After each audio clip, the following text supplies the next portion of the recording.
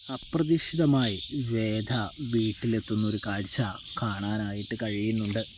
Vikram police സ്റ്റേഷനിൽ ലോക്കപ്പിൽ ജയിലിൽ കിടക്കുന്ന സമയം പോലും വേദ വരുന്നില്ല. പക്ഷേ ഈ സമയം വേദ വരുന്നത് നോക്കി വിക്രം അവിടെ ഇരിക്കുകയായിരുന്നു.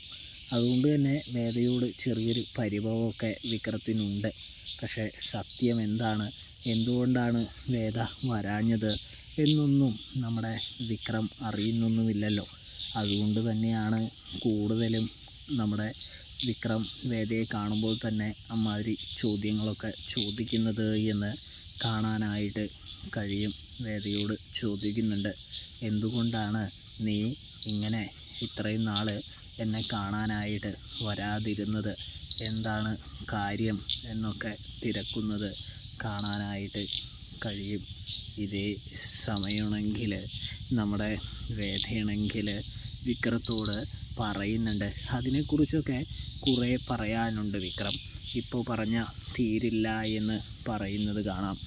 അപ്പോഴാണെങ്കിൽ നമ്മുടെ വിക്രം പറയുന്നുണ്ട്, അതെന്ത് ഇത്രമാത്രം പറയാൻ, നീ എന്നിൽ നിന്നും എന്തെങ്കിലും മറച്ച് പിടിക്കുന്നുണ്ടോ എന്ന് ചോദിക്കുന്നത് കാണാൻ കഴിയും.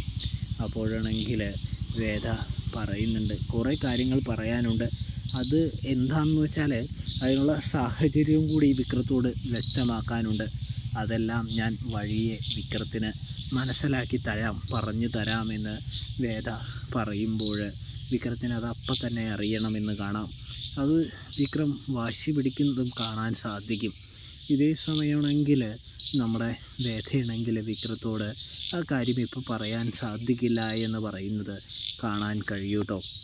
അപ്പോഴാണെങ്കിൽ വിക്രത്തിന് നല്ല രീതിയിൽ തന്നെ വിഷമാവുന്നുണ്ട്. വേറെ വേദ ഇനി ആരെയെങ്കിലും വിവാഹം കഴിച്ചോ എന്നുള്ള തരത്തിലേക്കൊക്കെ വിക്രം ചിന്തിക്കുന്നത് കാണാനായിട്ട് കഴിയും, കാണാനായിട്ട് സാധിക്കും. പ്രേക്ഷകരെ, പ്രിയ കൂട്ടുകാരെ, അപ്പോൾ സബ്സ്ക്രൈബ്